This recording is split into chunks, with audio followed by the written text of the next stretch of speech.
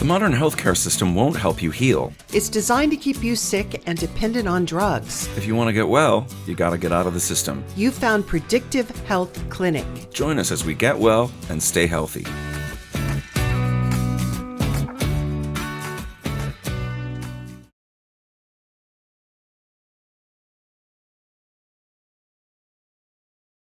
Welcome, folks. I am joined today by Dr. Sean O'Mara, whom I interviewed for Dr. Philip Levadia's show, a year and a half ago.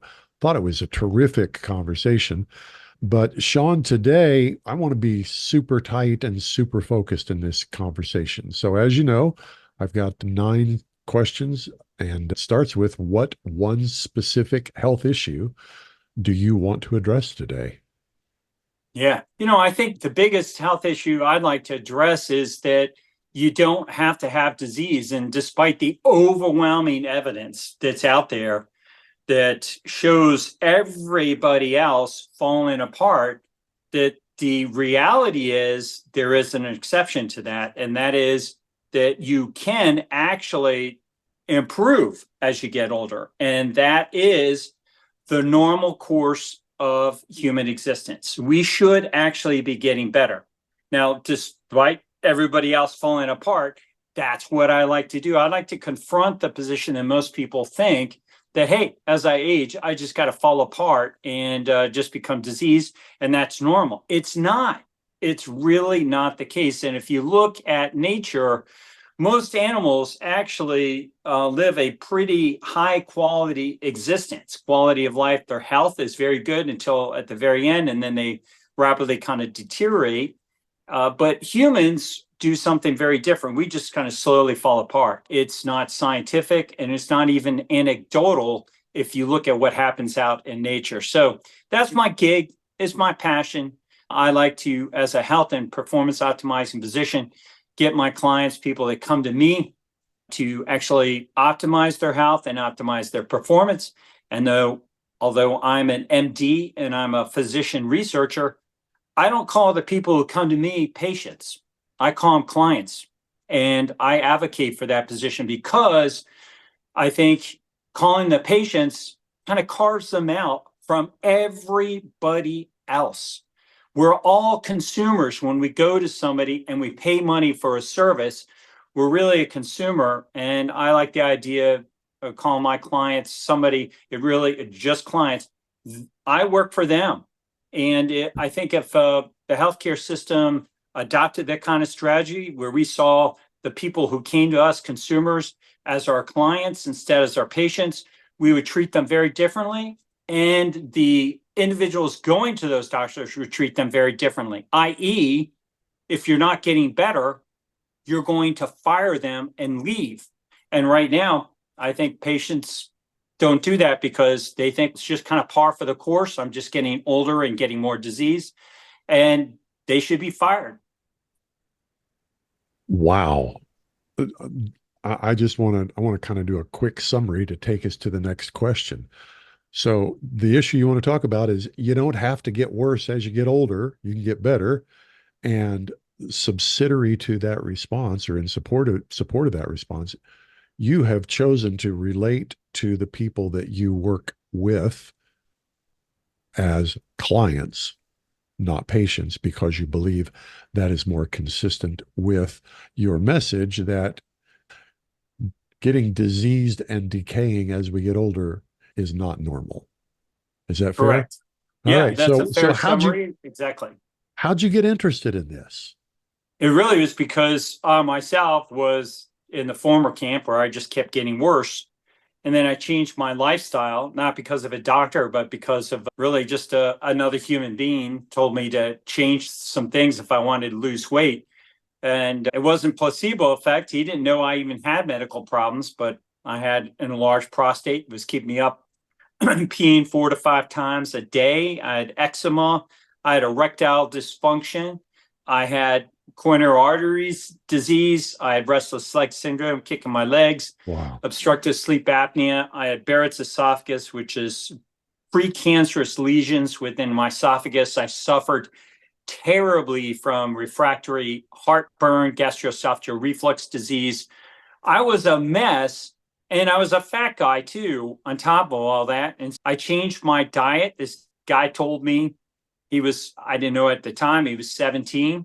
Here I'm at the time, I was a 48-year-old physician. And so I listened to this 17-year-old kid who told me to go eat the paleo diet and at the same time sprint and eat fermented foods. And he didn't tell me to do those things for any other reason other than I'd stop being a fat guy. So I did. And then 1 year later, and it took a year, I noticed that all those conditions had gone away.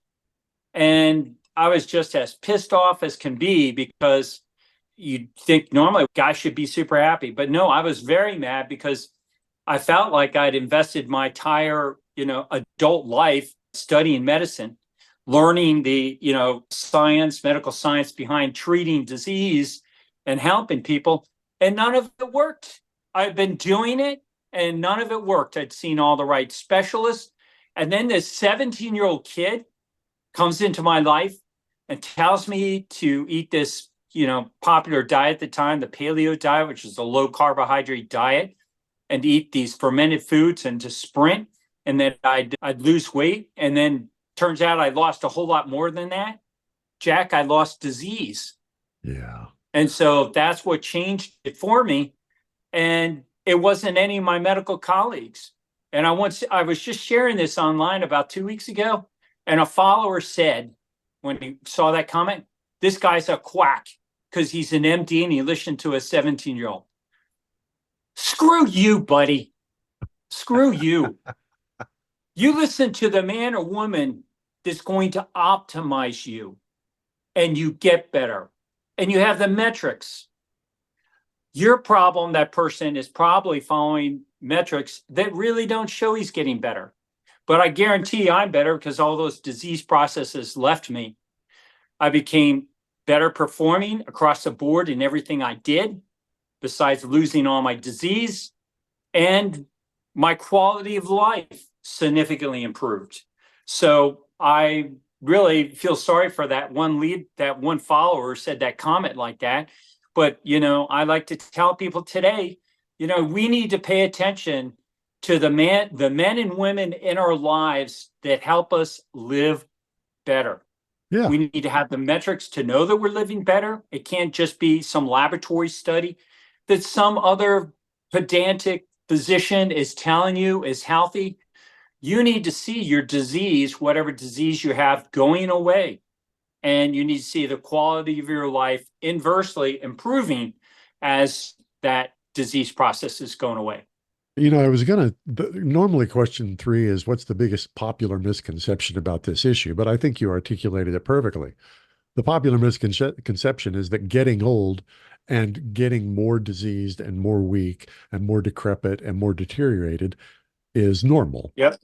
And that's really it. It's a big misconception. People just think, because I'm older, I just need to accept that I'm getting disease. But, a good example, I had this picture pulled up and it's coming to mind. So I'll pull it up now to show you that is just my own pictures.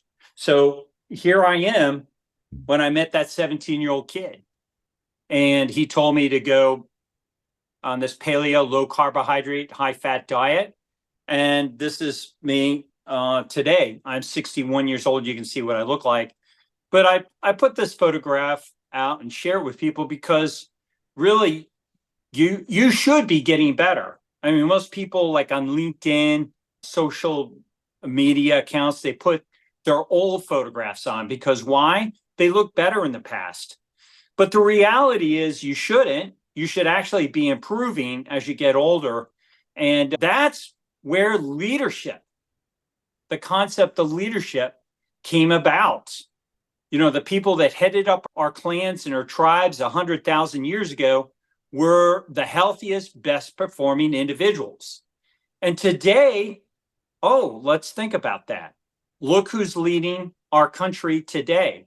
And the leadership oftentimes are falling apart because they have lost all the insights about how to live and how we should be living, and they fall apart, and then we're stuck with low performers. But just imagine a country, a world where the leadership was improving all along, acquiring knowledge and expertise, and building on their health and performance as they get there. And then you know what our ancestors were benefited by. Older men and women who were alphas with some gray hair that were fantastically healthy and high performing, and how much benefit that provided to their clans, their tribes, their organizations. So my heart pines for the day, perhaps in my lifetime, where I see a healthy head of state in our country that's truly getting healthy and has abandoned seeking pleasure and comfort in exchange for living correctly. And it's not like I don't have any pleasure and comfort. If anybody thinks that interpreting what I just said means you got to give up, good things that I don't have any pleasure and comfort. You have to give up things that are bad that might give you momentary pleasure and comfort for a brief period of time in exchange for the blissful living I get to enjoy all day long because I'm a 61-year-old man who feels like I'm 18.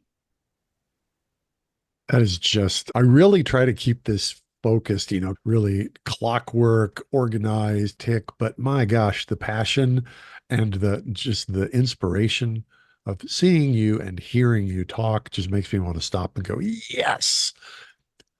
So typically what we ask here is, what's the most likely outcome if people don't take action? But obviously the most likely outcome is you're gonna fall into the popular misconception, which is you have to get sicker and you have to get more disease and you have to decay. So that takes us to, let's talk about specific actions. So you're a 61-year-old man who's in infinitely better shape than you were at 48 because of specific actions that you've taken. What do our listeners, what does our audience need to take away from this? Not just the idea that you don't have to get worse as you get older, but what are the specific actions that they can take to get that, to reverse that decay process and to get better? All right. So I can get it, and I will give it to you guys, but not before I say something. Okay. And what I'm going to tell you is the majority of people are in like a slow riptide. The tide is slowly carrying them out to the ocean where they're surely going to drown. And all along as they're being carried out, they're succumbing to and experiencing more and more chronic disease, destroying their quality of life. But they're stuck in the masses and everybody else is with them. And the tide is so slow that they don't really pay attention that they're caught up in this.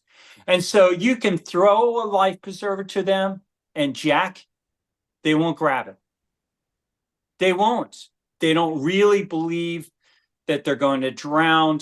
They won't even believe that there's any other existence, that a way of life, another life available to them.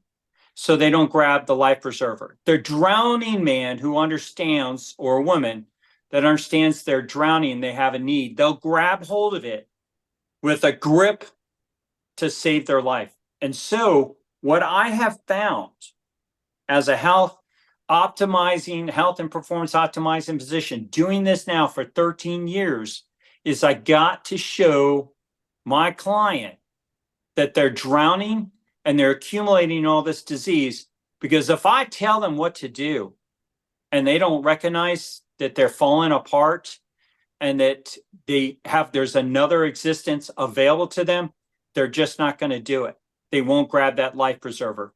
So how do I do it? I give people MRIs and I show them giant chunks of fat around their heart, giant collection of fat inside their abdomen, and I show them marbleization going on of their muscles in their arms and legs, all over their body, including their gastrointestinal tract and their beautiful puborectalis muscle, which is also understood by layman's term as the anus.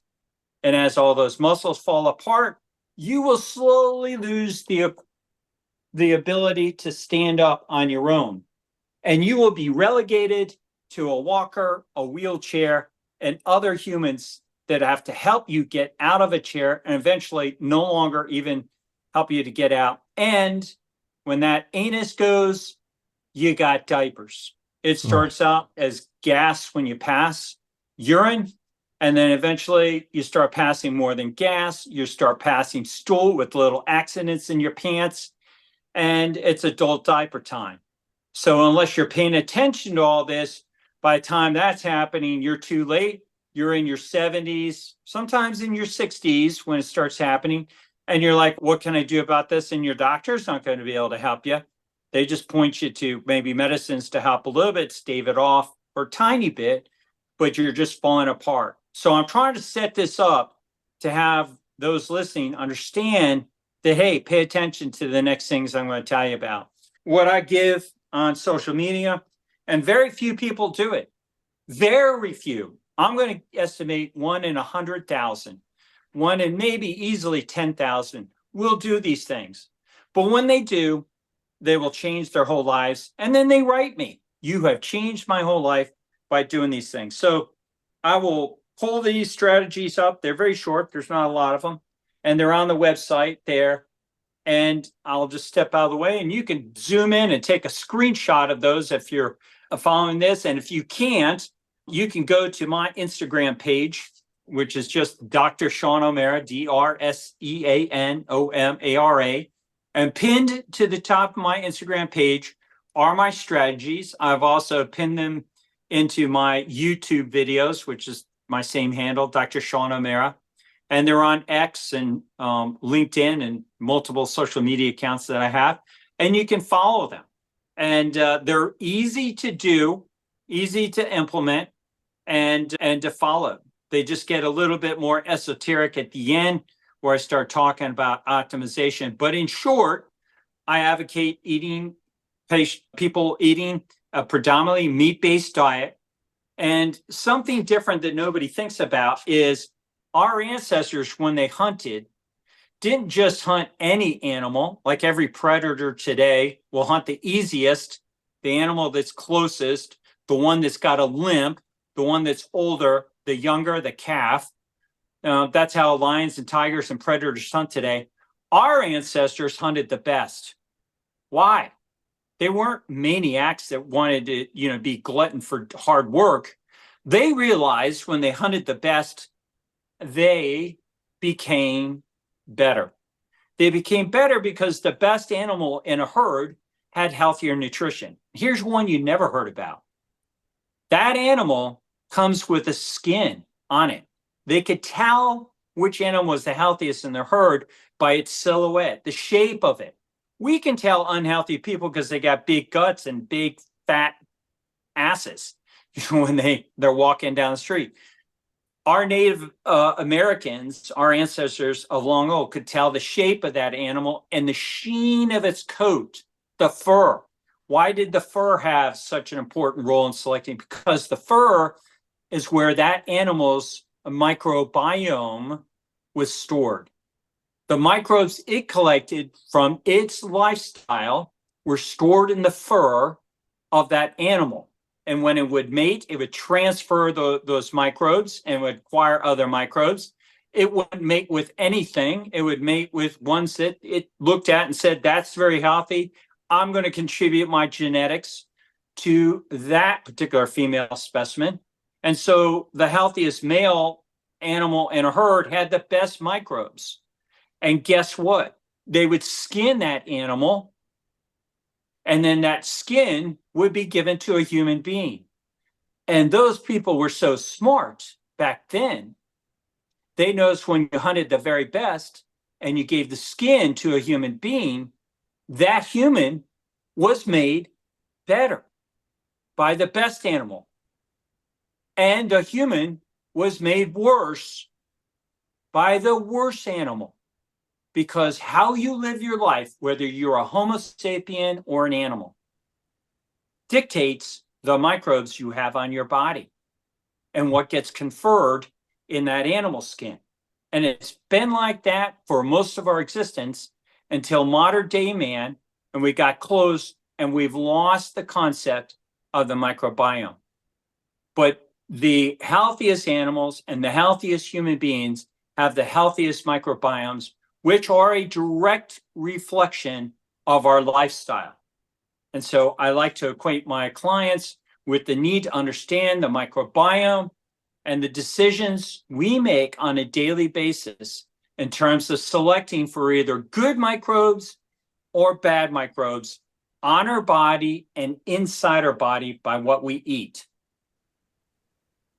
All right. For those who are not watching, and I'm not positive that the screen was clear enough to, or even for the folks watching to be able to read it, but the website is Dr. Sean O'Mara, DRSEAN O'Mara, MD.com. And it's pinned to the homepage. Sean? Yep, that's it. All right. I think I probably know the answer to this question, but I'm going to ask it anyway. What's the most common compliment that you get in your practice? The most common compliment is, thank you so much for sharing the information that you shared and for the changes that I've gotten. So I hear that all the time. And it's nice to hear because it's complimentary. But the truth is, there's not, one of these strategies that I can take credit for. I shamelessly borrow from nature, what exists in nature and science. So there's nothing that I could say is directly an innovative strategy that I alone figured out and never existed before.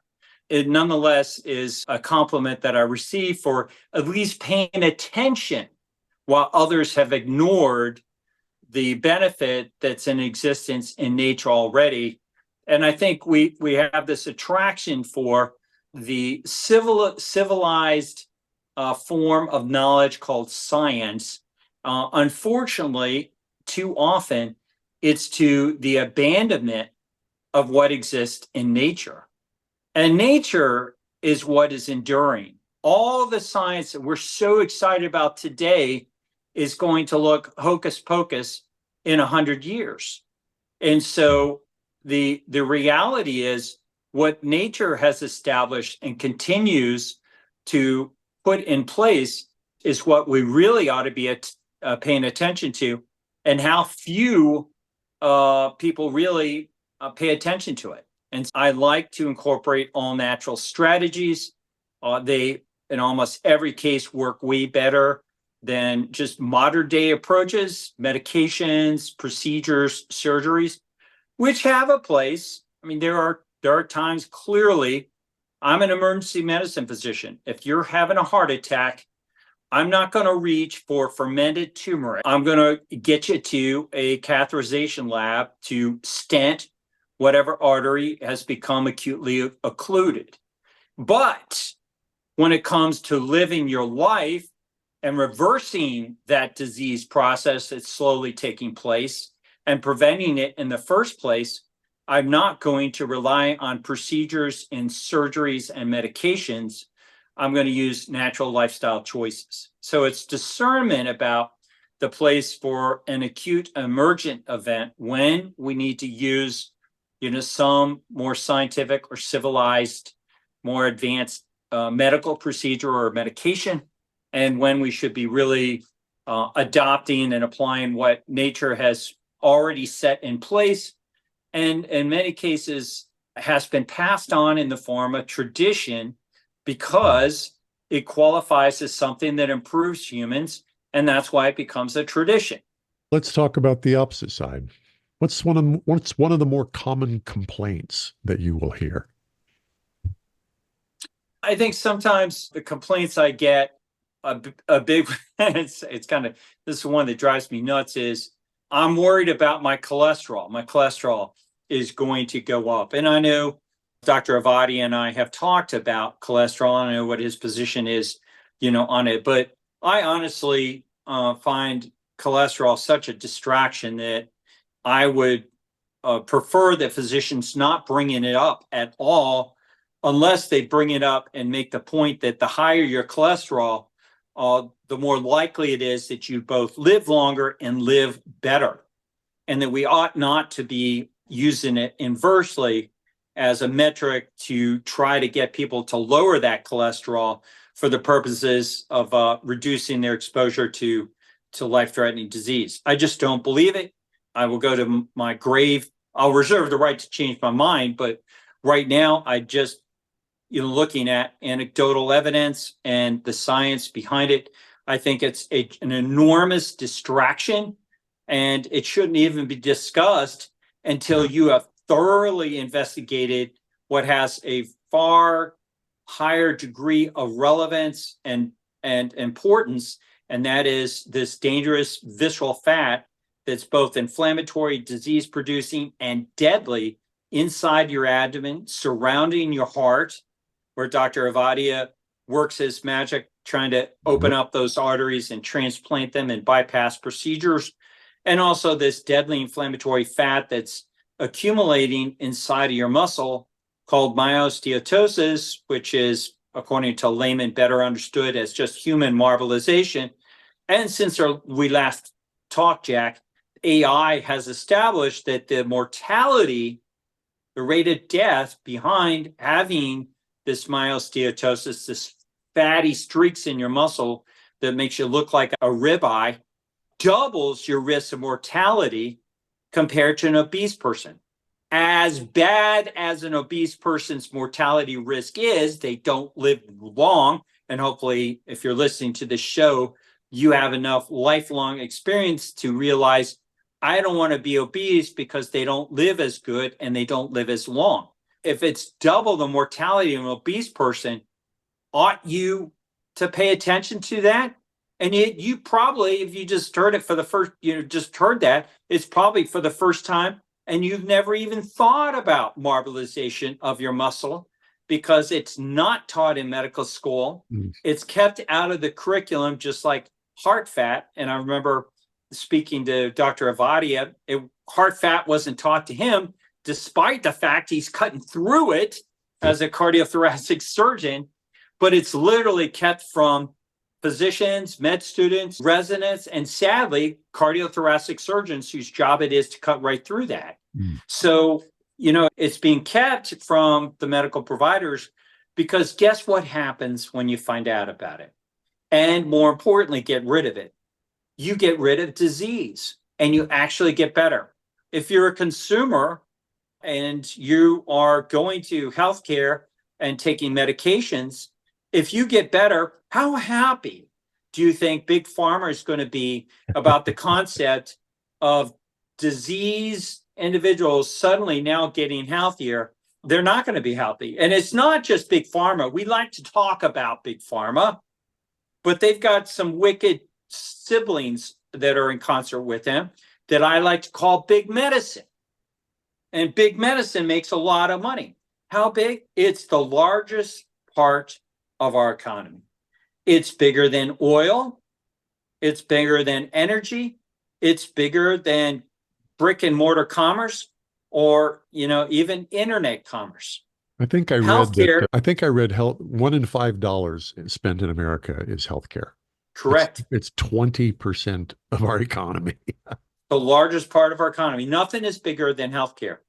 And so just imagine suddenly all of that money being disrupted because people, instead of continuing to get disease and making that money, it suddenly dries up and shrivels up like a raisin, goes away. Don't you think those invested in that, the biggest part, the establishment, is going to oppose that? You bet your bottom dollar they are. Yeah. And they're the bastards that keep it out of the curriculum of medical schools. And so I used to run around being afraid that I'm going to get killed because I talk about this. It's out of the bag. Go ahead and kill me. I've trained 20 other doctors about this. You're going to have to kill each of them. And I'm not going to tell you who they are, but they're out there. They're going to carry the torch. And there's, oh, by the way, thousands of my clients drawn to this. And guess who many of them are? Big shot business guys and women. They're going to step in if I get killed. If I have a little suspicious airplane crash like what happened in Russia with whatever that guy was that opposed the leader over there. The point is, this is a very threatening area. There's lots of money, and healthcare is going to be disrupted. Why? Because one, it's a big pot of money, and two, it's the poorest service delivery to consumers out there. So it produces the most money. And once the consumers find out how badly they're being served, they'll pivot to something where they actually get better. And the profits are aligned instead of with the back end who's providing it. The benefit will be to the consumer who's benefiting by purchasing that service.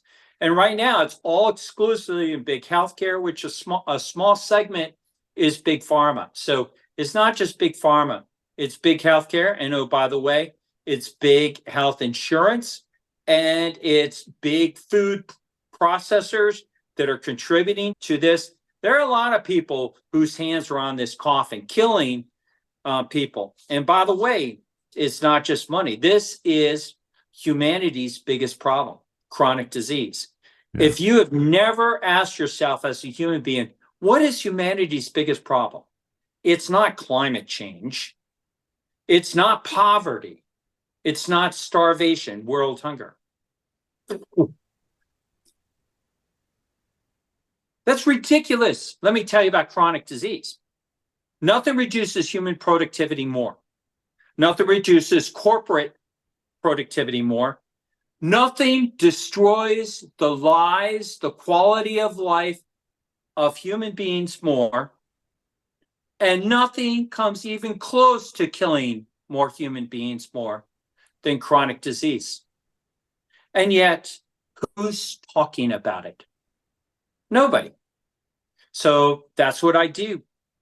I want to slay the giant, chronic disease, take it on, and I want to get more people aware of the enormity of this problem and stop allowing yourself to be distracted by all these other things. Ridiculous. Work on the big problems. If you cannot figure out the big problems, you'll be distracted from ever meaningfully contributing in your lifetime to what is the biggest problem facing humanity, chronic disease. And you'll be off working in the periphery and all these other nonsense things. Very good. I think we are in violent agreement about pretty well all of that. So this brings us to my favorite question in the show. Question number 9, if you could deliver just one message about health and you only had 8 words to deliver it in. 8 words is about the maximum that we can put on a billboard and still have it be something that can deliver a message. What would those 8 words be? Nothing is more important as a physical asset in your life than your body. Not your money, not your bank account, not your house. Your body is your most important physical asset. We could get people, Jack, to recognize that, and it's not their bank accounts. They would change how they live their lives. Their quality of life would dramatically improve, and we'd change the world. Your body is your most valuable physical asset. This is Dr. Sean O'Mara. His contact information will be available in the show notes. We appreciate you joining us, and we will talk to you next time. Are you a healthcare practitioner eager to escape the grind of corporate medicine? Are you ready to make a massive difference in your world? Listen up. We are the Wizard of Ads. For 40 years, we've created dominant brands in a variety of industries. Now, we're bringing our magic to healthcare. We're seeking one extraordinary healthcare practitioner to help us build the first national brand in direct primary care. If you think you could be that person, let's talk. Email us at health@wizardofads.com. Tell us why you think you're the one. That's health@wizardofads.com.